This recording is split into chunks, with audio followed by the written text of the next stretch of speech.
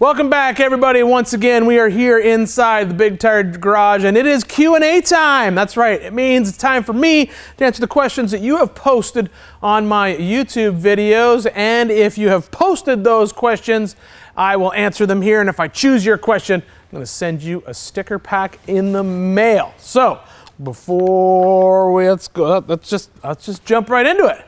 Let's jump right into it. Here we go. First question is from Ricciardi, one of the two, 2883. Have you ever had a build on TV that you just weren't a fan of doing even after it was completed? Ooh, that's kind of a good question. I like that. So, have I ever? Yes. The answer to that simple question is absolutely yes. I have a few, actually. I'll tell you about a couple. Both of them work in the same genre of vehicles. So, it's no secret, I'm not a huge fan of the side-by-side. I know a lot of people have them. I know a lot of people love them. They're not my cup of tea, so they're not high on my list of great things to build. For a couple reasons. Number one, you don't really build them. You basically just buy them, bolt some parts on, and break them next time you take them out.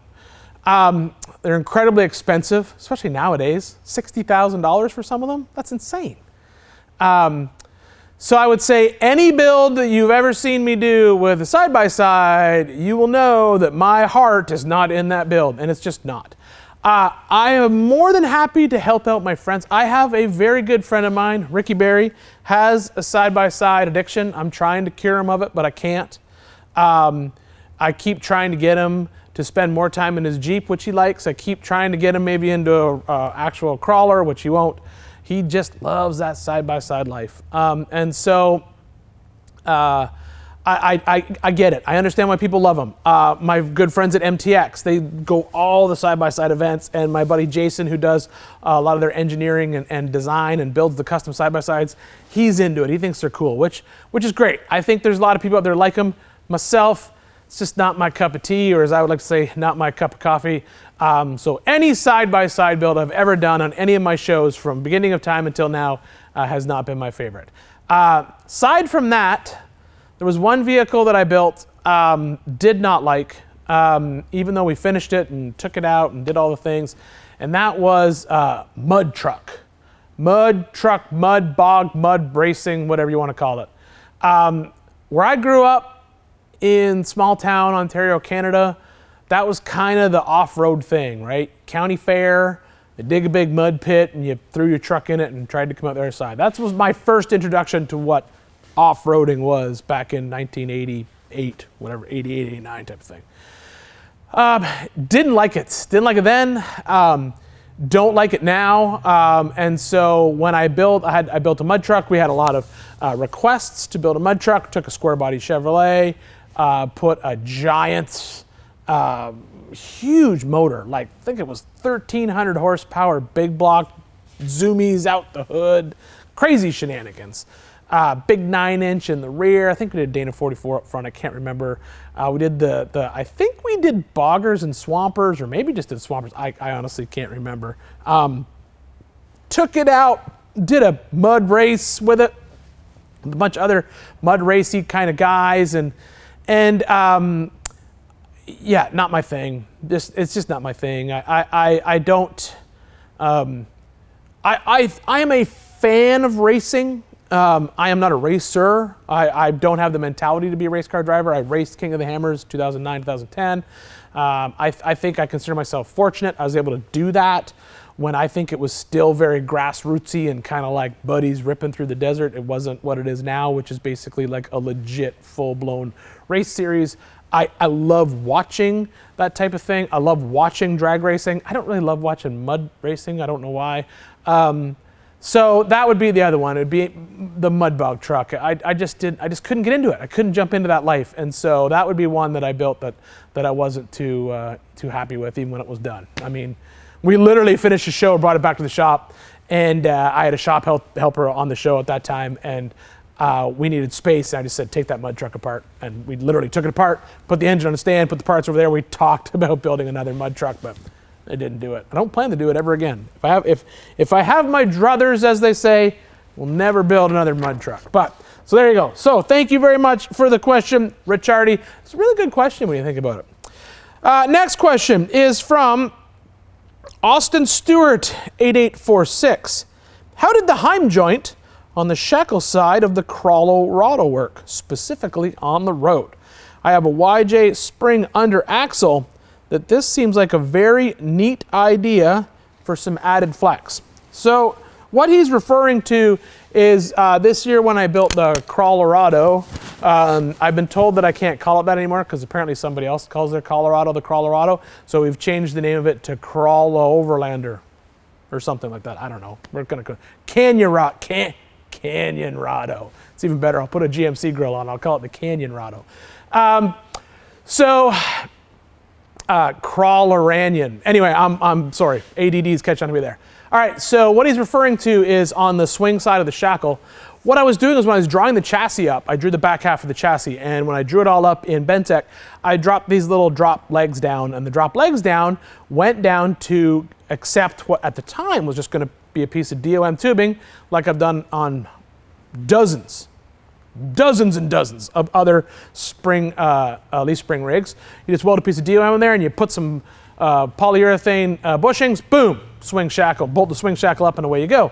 But it was sitting there, and while it was sitting there, I kept thinking to myself, wait a minute. I remember Clayton Off-Road used to do square trailing arms on a lot of their XJs and stuff like that. And I thought, man, I wonder if they still sell those square tubing adapters, because then what I could do is I could just get a screw-in joint, which I know they make. I could just screw the joint in there, and I could just have the poly bushing there. It'd be so much easier than having to weld in this piece of DOM and hope that it's straight and blah, blah, blah, blah. And then I got thinking, wait a minute. If I'm going to screw in a joint with those polyurethane bushings, maybe I could screw in a joint with a Johnny joint in it, which would have the flex that you would have in a link suspension. And so that's what I did. I built it with a tube adapter to screw the joint in. And then what I did is I took two joints with me. I took the Johnny joints with me, so I would have them in case I put them in first. Those Johnny joints right at the gate, went up the shop, boom, on the way to Open Adventure. And then I thought to myself, well, wait a minute, what if this is like super squirrely on the road? Because in my mind, I thought, well, what happens if that back axle just is doing this, driving down the road because the joints get so soft, so flexy. And so that was my thought process. So I ordered some with just polyurethane, and I thought, well, if it gets real bad, I can just swap them out. The truth is, I never put the poly joints in. The Johnny joints that I screwed in there worked great right out of the gate. I never noticed them moving around a lot, but everyone who followed me on that trip said when they were following my truck down the road, every time I hit a pothole or hit a bump, they said they would see the rear end. It would just you could see the Johnny joint flex just a little bit. They said you could watch it work, and it was pretty cool. I don't really know if it made a huge difference on the trail because we really didn't get into anything super nasty, and obviously it's only went out that one time. But I would say it was a success for a couple reasons. Number one, I think it is giving me a little bit of flex. I think it's absorbing a little bit of road shock, which is great. But more importantly, I think the fear when you have a leaf spring rig is what happens if that little piece of DOM that you've welded to the frame rail of your vehicle, and 9 times out of 10 when you put that in there and you weld it, you're only welding like halfway around. What do you do if that rips off? Man, that's just a nightmare on the trail. Like, yeah, it'll be okay because the axle is still being located by the front half of the spring, but it's going to be a terrible ride out. And I think in the long run, the nice thing about having that joint that you can screw in and screw out is what you're going to get there is serviceability. If you ever have a failure, I don't think you're ever going to break that joint. But if you do have a failure, you can just carry one spare joint, screw it in, and away you go. It does give you some ride height adjustment as well because you can make that swing shackle longer or shorter by screwing that joint in and out. So I think from this point going forward, whenever I do a link suspension, that's exactly what I'm going to do. I was super happy with it, and I thought it worked great, and I would suggest that anybody else try the same thing. I think it works awesome. So there you go. Thank you so much, Austin Stewart. Next question. Dean Johnson, 2183. It's my brother's name is Dean Johnson, but he spells it different. You've been using a Rebel welder for a long time. Hey, there's one right there. Is that the same one that you've had for 10 years? Have you had to do any maintenance on it? So, no, it's not the same one because that's the ESAB Rebel AC/DC. Originally, I had just the standard ESAB Rebel 215. That was DC TIG only. So that is AC/DC welder. Have I had to do any maintenance to it? Just the standard maintenance. I've put a liner in it. I have had to replace the gun on it once. The gun on those machines is a Tweco 180, and that machine is rated at like 200, 205, 215 amps, really. And so the gun, you're kind of overworking the gun if you use it a lot, and it caused a failure inside the gun. I've talked to my friend Jake at Busted Knuckle Off-Road, and he has a bunch of the same machines, and he had the same problem just from constant welding at a high amperage. He's had some gun failures. We've been talking with ESAB about coming up with a small Tweco replacement that is rated for that higher amperage. The problem is when you get into higher amperage guns on a MIG machine, the guns just get physically larger, and that becomes slightly unwieldy when you're just trying to weld cages and tubing and stuff. The nice thing about the gun that came on that Rebel is it's super small and tiny, so you can kind of get into different places. So that's kind of really been the only thing. Gun, liner, obviously tips, stuff like that. That's the only issues I've had with that one. That one's been running now for 6 years, the AC/DC, 6 years, and it is legitimately my go-to machine in the shop. I probably use it more than any other of the ESAB welders I have in here. I am going to set up one of my big machines with one of those big guns just to try to prevent that gun failure on the small Rebel. I'm gonna take one of my big Rebels and set it up for when I'm doing things like axle housings and really thick stuff. I think it would just be better in the long run to just go have a machine dedicated just for that versus pushing this machine right to the edge all the time. The couple things I really, obviously, you know, you guys know I'm Team ESAB, and I'm an ESAB partner. And so but even that, I love that machine. I don't care what anyone says. I think it's probably one of the best multi-process welders out there.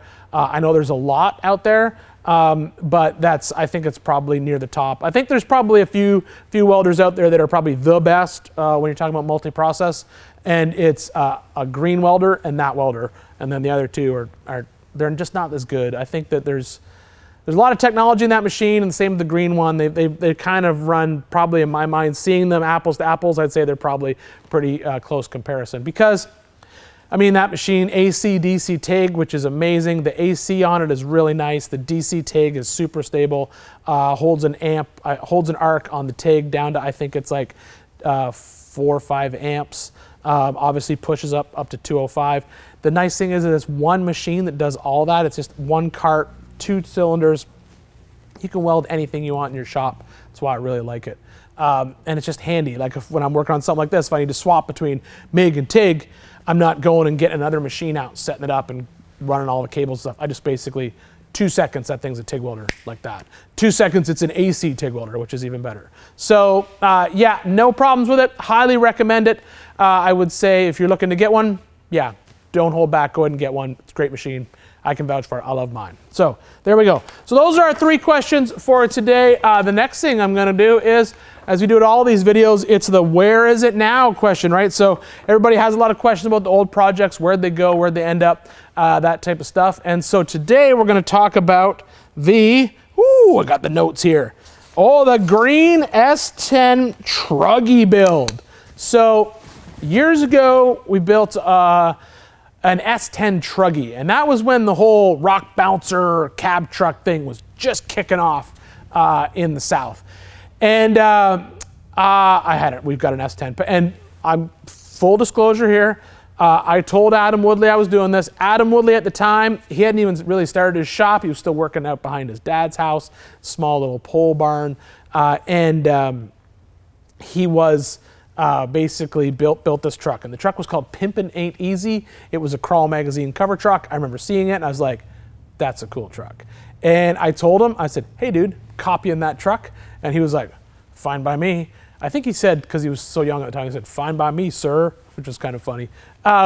Anyway, so we copied that truck on the show, painted it antifreeze green, which was a super cool, like crazy green color, powder coated the chassis silver, had a GM crate engine, 502 big block, 4L80 transmission, 203, 205, Rockwell's front and rear, 46-inch Mickey's, four-wheel steer. It had everything. It had all the things that those cab trucks and rock bouncers at the time. Pretty sure the wheelbase was like 142 inches. It was huge. But basically, wheeled it a bunch, wheeled it on the show, took it to a bunch of local events where we went, wheeled it here and there, and it was a fun truck. It really was. It was, the only problem with it was like all cab trucks, couldn't see anything. When you're in it and strapped down and put belts on, all you could see was like maybe out the windshield. Couldn't see where the tires were because there was a big giant cab on you. And it suffered the fate that all cab trucks suffer. And that is when you build a cab truck and you wheel it hard, sooner or later the body becomes disposable. And it literally looked like a bright green beer can that someone had crushed, left on the side of the road.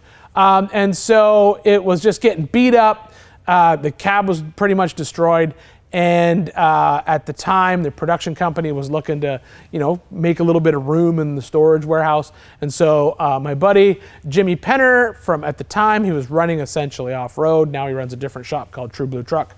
But at the time, he owned and ran essentially off-road. He bought the truck, and because the cab was destroyed, he basically stripped it down, sold the chassis, took the entire drivetrain, swapped that all over into a 4-seat tube buggy type of thing, and then, which I thought was really cool, did the same powder coat on that chassis so it was silver, and then did all the panels in that antifreeze green. So it still kind of kept that antifreeze green cab truck look. It just obviously was a different vehicle. But like all off-road vehicles, it lived on just in a different form. I'm pretty sure the chassis ended up being rebuilt with a different power plant and everything, and another S10 cab was dropped on, and I think the guy ended up wheeling that for years. So there's your answer to what happened to the green S10. So once again, guys, thank you so much for joining me for this Q&A session here inside the Big Tire Garage. I love doing these for you guys. Keep asking your questions.